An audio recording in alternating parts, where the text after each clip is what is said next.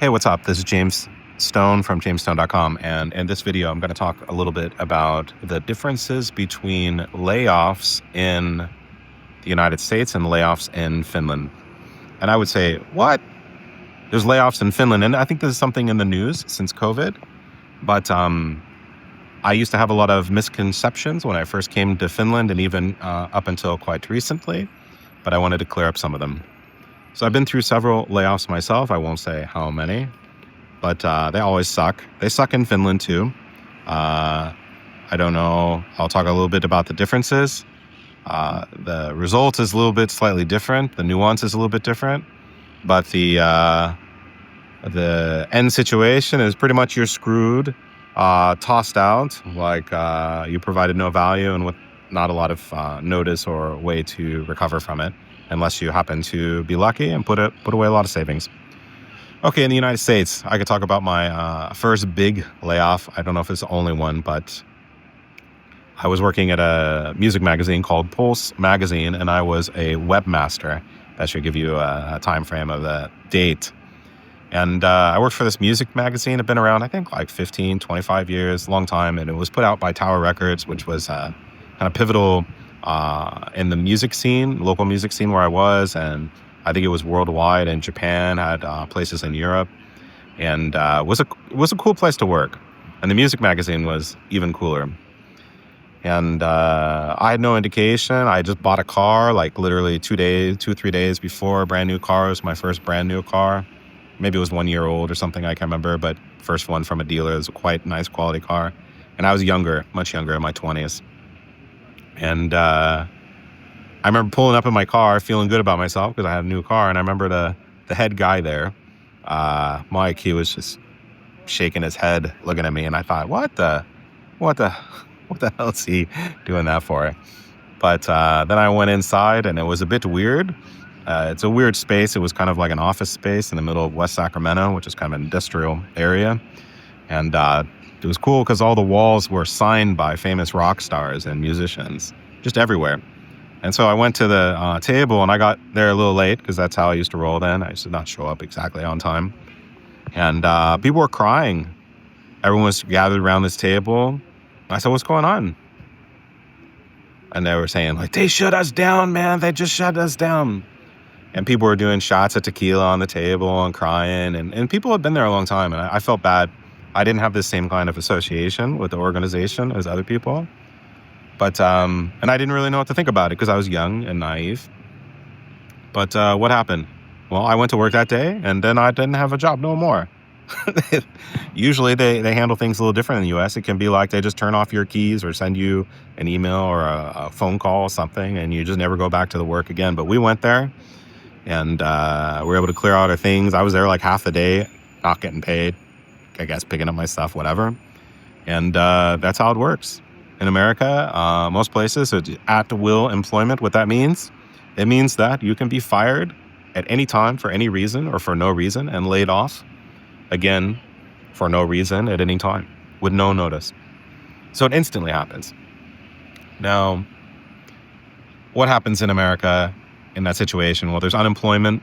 You can apply for it right away. It's very, very little money. I've had no success in ever getting unemployment except for very small amounts in very specific cases, and always, at least in California, the unemployment office always finds a way to kick me off. Some loophole, some thing, some inconsistency, some weird, obscure law, and I always get kicked off it. So it's never worth it. And I always fight it. I always go and appeal it and go all the way as far as I can. But it don't matter because once you are in this situation where they've denied it for some reason or come up with a reason not to pay you, they stop paying you, and you have to go through a very long, arduous process, and only afterwards maybe you get the money back. Maybe. So you're basically screwed. You got no cash and you got to hustle. And in my experience in the United States, that means picking up part-time jobs, kind of gray market jobs, maybe doing freelance, anything you could do to make money. And you can't trust the system or rely on it. Maybe people have had better experience there. And why does it happen? It can happen for anything. I think my observation in the United States, usually companies kind of cook the books by laying people off at a certain time, make their numbers look good, then they hire the people back. Different people. Could be the same people, different people. Who knows? There's no rhyme or reason to it. Could be just purely business economics, and you're in the crossfires.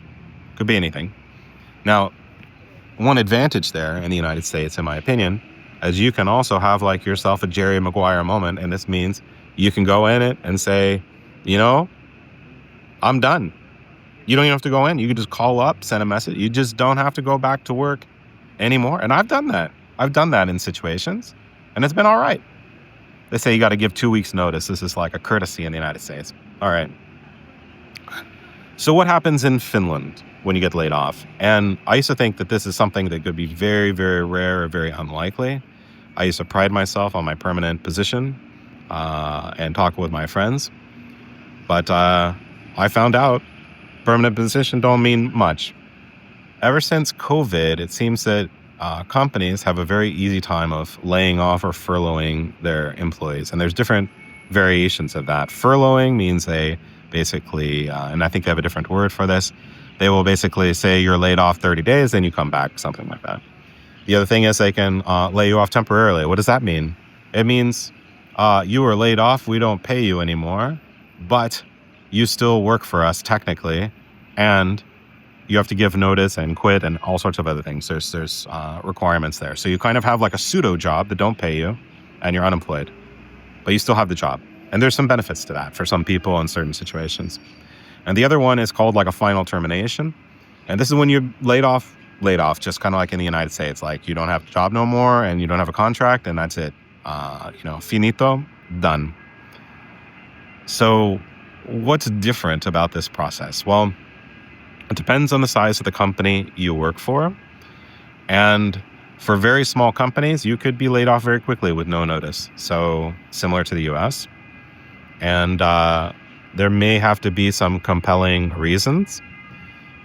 But for larger organizations, I think over a certain number of employees, maybe 25 or 50, I can't remember. And then for larger organizations, basically the time frame is just longer of the negotiations. But you enter into what are these things called change negotiations. So how's this different? So the other one, I told you I showed up at work, they said everyone's fired, that's it, and my job is done. In Finland, it depends on what industry you're in and what's going on, but there's several components to it. One is the change negotiations. And what happens there?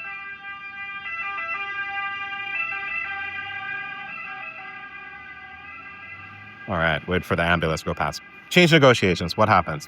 Basically, your employer gives you a very, very small amount of notice. They might mention in some meeting, hey, we're having change negotiations or people being affected. They might not mention who the people are, what happened. And then these people have to go to these meetings with the employer. In my case, it was 2 weeks. 2 weeks of change negotiations. And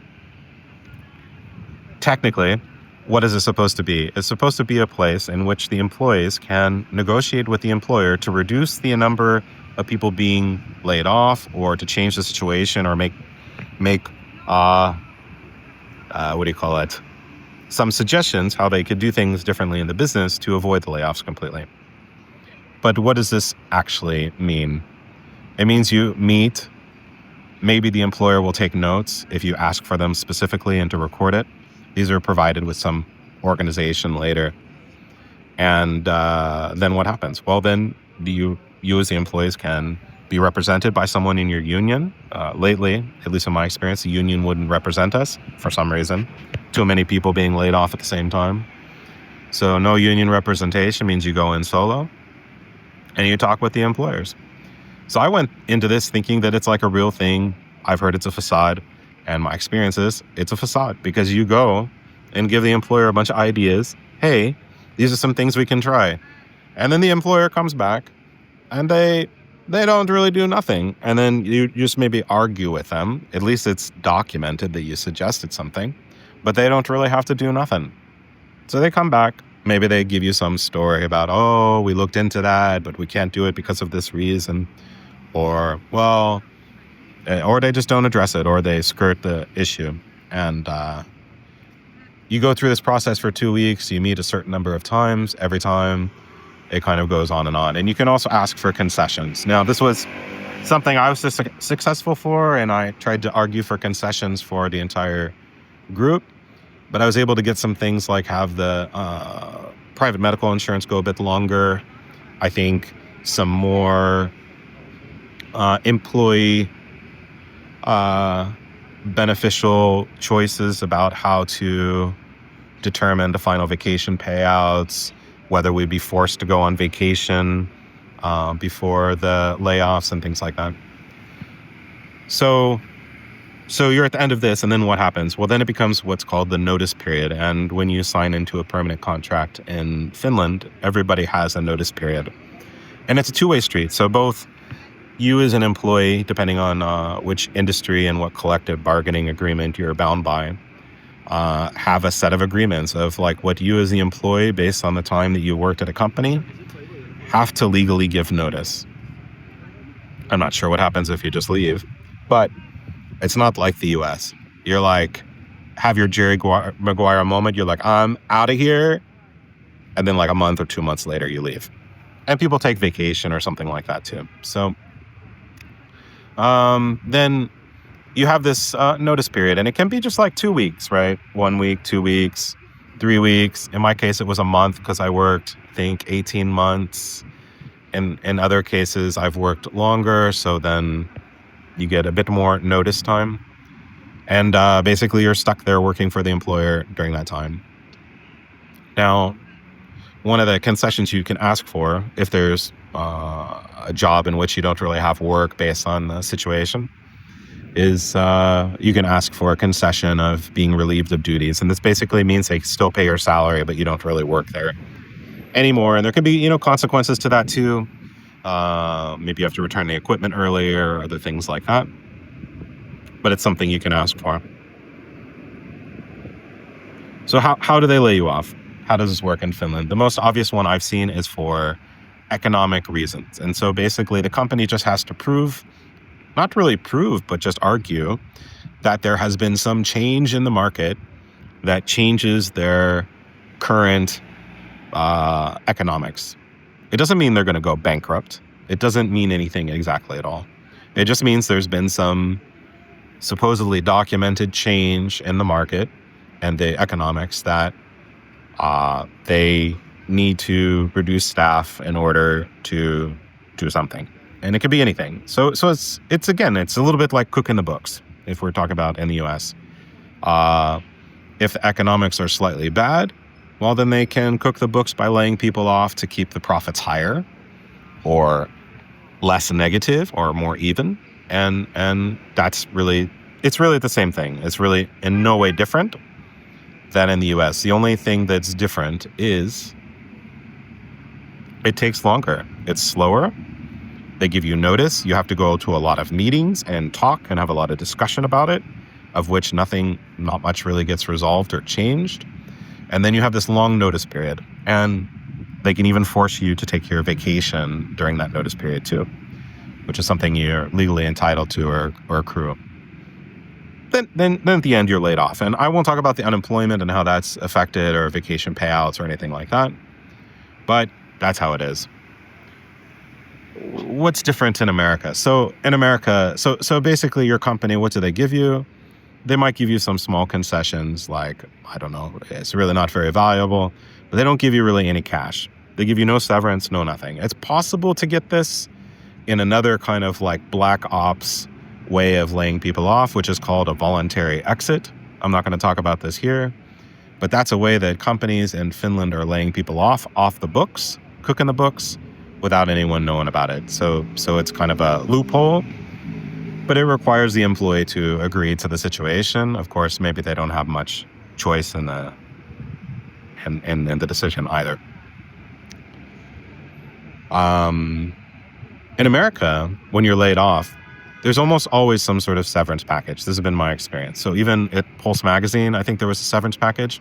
And in America, they're not legally required to give you any. They can just lay you off. You're like, too bad, so sad. That's it. However, America is an incredibly litigious place to live. And people sue companies, sue other people all the time. And so these companies are very fearful that you'll come after them with a lawsuit. So almost always they will give you some, I'll call it chump change, maybe 2 weeks income, something like that.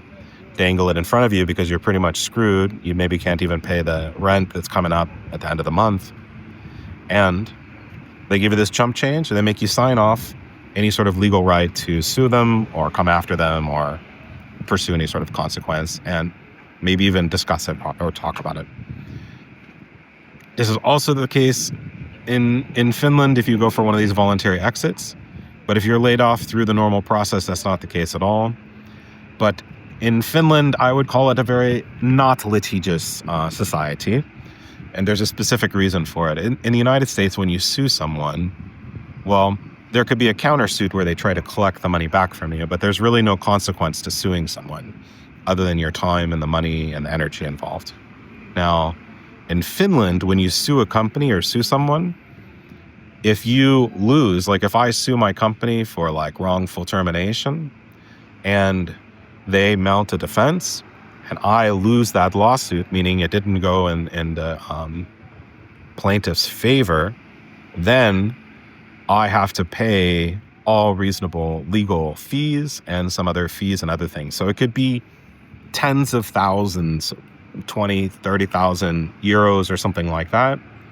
Consequence just to mount a lawsuit if it didn't go in your favor. So that's quite big consequence. In America, of course, there could be a countersuit where someone, if it seemed to be a frivolous lawsuit, and in the countersuit, they might try to collect that money. Of course, you could defend yourself there too. But it's much more like litigation friendly for the person who's the litigator.